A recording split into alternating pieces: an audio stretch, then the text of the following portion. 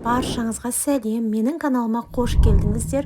Бүгін біз осындай видеода көріп тұрғандай пицца мен роллиді жасауды үйренетін боламыз. Менімен бірге болыңыздар. Ең алдымен 500 мл жылы сүтке дрожж, шекер, тұз, оливковый май барлығын салып, жақсылап араластырып аламыз.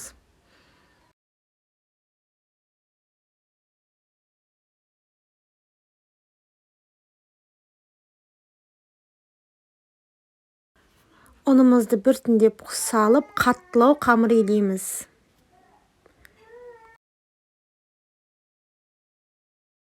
Міне қамырымыз осындай қатты болу керек. Көрдіңіздер ма? Жылы жерге қойып, енді көтерілгенше қойып қоямыз. Бірінші көтерілгенде осылай бір қайтарамыз. Тағы күтіп, тағы көтерілгенде тағы бір қайтарамыз. Сонымен 2 рет қайтару керек. Үшіншісінде уже біздің қамырымыз пиццаға дайын болады осылай. Әрқайсысын 170-175 граммнан өлшеп аламыз. Осы қамырдан 11 штук шығу керек. 11 штук пицца шығады осыдан. Егер пиццаға көп болып кетсе, морозильникте сақтасаңыздар болады қамырды. Пиццаның бетіндегі сырдың созылып тұрған қаласаңыздар, моцарелла мен сметанковый сырды осылай өлшеп алыңыздар. 110 грамм сметанковый, 110 грамм моцарелла араластырасыздар. Енді қамырларымызды алып, 32 сантиметр диаметрде жаямыз. Өте жұқа болады. Міне осындай болады пиццаға қамыр. Енді шетін өріп шығамыз. Шетін өрмесеңіздер, сыр ағып кетеді сыртына қарай. Сондықтан өрген дұрыс. Енді мынаны қараңыздар, мынау специальный пиццаға арналған соус. Банкілерде болады. Оның ішіне 1 қасық базилик пен 1 қасық орегано араластырып, тұз салып араластырып аламыз. Енді араластырған сырымызды себеміз. 220 грамм сыр кетеді бір пиццаға. Колбасаларымызды орналастырып шығамыз. Пиццаның начинкасын кез келген таңдасаңыздар болады. Бұл жерде ең бастысы соус пен сыр болады. Қалған бәрін ауыстыра берсеңіздер болады. Мен бұл жерде колбаса қойып жасап жатырмын. Енді духовканы 350 градусқа дейін көтеріп, 4-5 минутта пісіріп аламыз. Егер духовкаңыз кәдімгі простой духовка болса, 250 градуста 10 минутта пісіріп аласыздар. Міне қараңыздар, бізде пісіп шықты пиццамыз, бірінші пиццамыз. Күшті болды. Қазір менен сіздерге кесіп көрсетемін. Осындай болды. Сырымыз созылмалы, өте күшті болып шықты. Қараңыздар, сағы сияқты созылып тұр. Енді роллы жасаймыз. Ол үшін ең алдымен күрішімізді дайындап аламыз. Жарты кило күрішті 2 рет жуамыз. 500 грамм қараңыздар, өлшеп алдық. Енді жақсылап жуып шығу керек. Осының бәрін 2 рет жуамыз. Қазанымызды дайындап, ішіне 500 грамм күрішті саламыз, және суды да өлшеп аламыз. Суымыз біздің 500 грамм күрішке 600 грамм су кетеді. Суды да өстіп өлшеңіздер. 600 грамм су.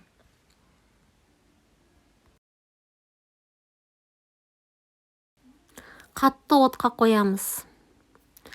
Күріш осылай қараңыздар, қайнай бастаған кезде газды ең төменгісіне қоямыз. 15 минут қайнатамыз. Бірінші отымызды өшіреміз, крышкасын ашып, ақ полотенцемізді жауып, крышкасын жабамыз. Осы күйінде тағы да 15 минутке қалдырамыз. Енді заправкасын дайындаймыз. Ол үшін рисовый уксусқа су, шекер, тұз қосып араластырамыз. Барлығын өлшеп аламыз. Міне рисовый уксус осындай 6%.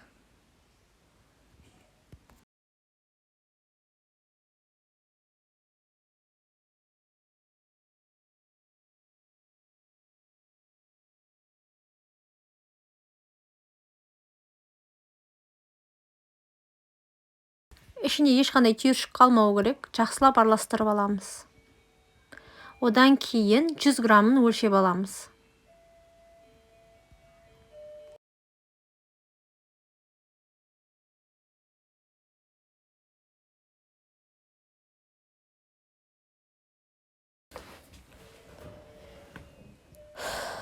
күрішімізді алып, үстіне осы өлшенген 100 грамм заправкамызды құямыз. Астынан үстіне қарай араластырамыз. Күрішті қатты езудің қажеті жоқ. Күріштің бетін жауып, демалдыруға қалдырамыз.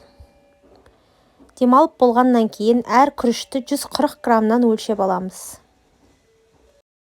Енді ролл дайындайтын циновкамызды дайындаймыз. Осы циновка деп айтылады. Сыртын пищевой пленкамен қаптадым.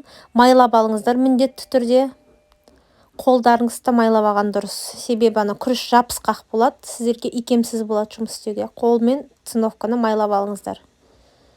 140 грамм күрішімізді осылай қойып, бір тегіс жайып шығамыз. Шетінде 1-2 сантиметр жеткізбей қалдырамыз. Ішіне қалаған начинкаларыңызды саласыздар. Мен огурцы, творожный сыр, помидор салып шықтым.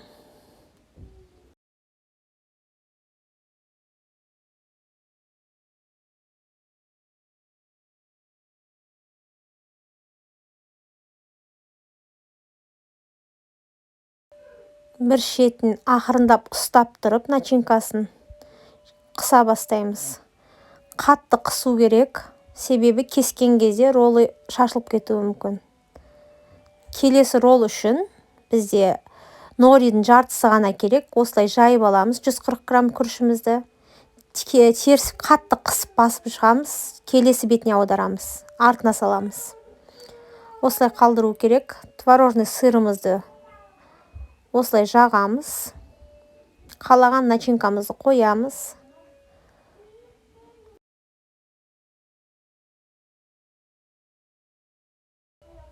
Барлығын салып аламыз. Осылай қатты қысып жасаймыз. Күрішпен күріш беттесу керек келіп.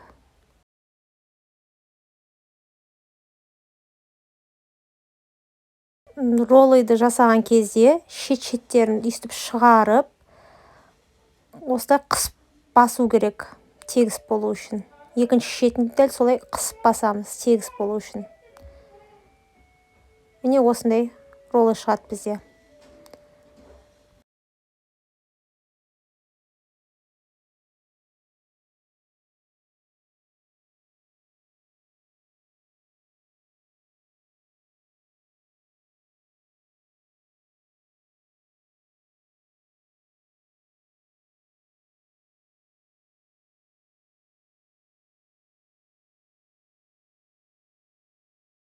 Бұл роллды осылай дайындап алдық.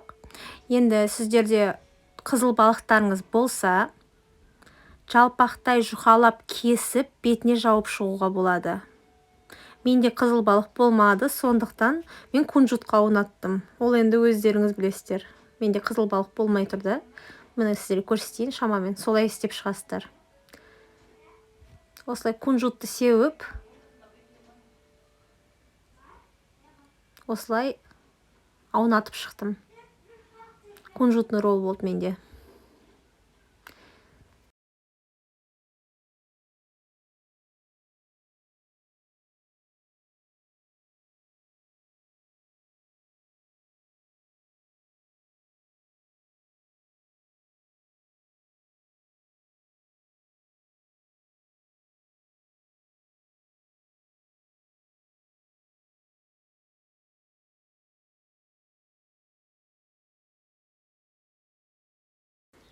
Қараңыздар, мына бірінші тұрған роллдарды мен қазір майға қуырам, ал мыналарды сол күйінде қалдырамын. Мына жерде мен сумен ұнды араластырғам, осындай сұйықтық пайда болады, блинчикке сияқты тура. Ал мына жерде панировочный сухари, панко деп аталынады өзі. Өйстіп аунатамыз.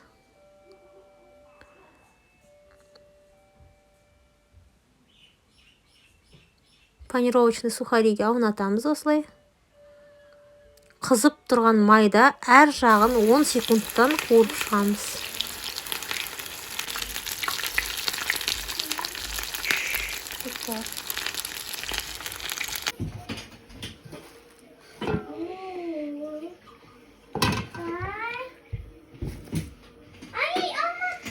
Екінші роллымыз да тура солай. бірінші сұйықтыққа ұнатамыз. Шашылып кетеді деп қорықпаңыздар. Тура рецептпен жасасаңыздар шашылмайды.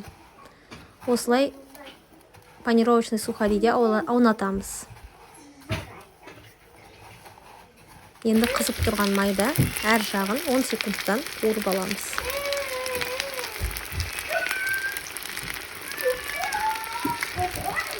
Міне біздің бірінші простой роллымызды кесеміз. Пышағымызды әр кескен сайын сүртіп тұрған дұрыс. Сол кезде оңай кесіледі.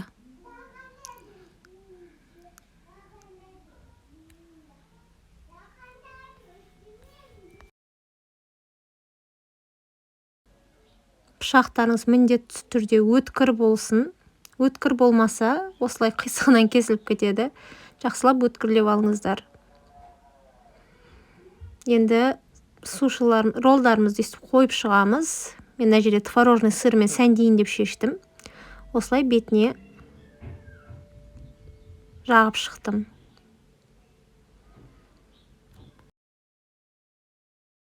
Роллдарды өздеріңіздің фантазияларыңызға қарай сәндей бересіздер. Мынаны қараңыздар, мен терияки соусын бетіне осылай құйып шығайын деп шештім. Дәмі енді күшті кисло-сладкий соус бұл. Осындай болады, қазір көрсетем. Терияки деген. Именно осының дәмі әдемі болады. Түсіріп алыңыздар.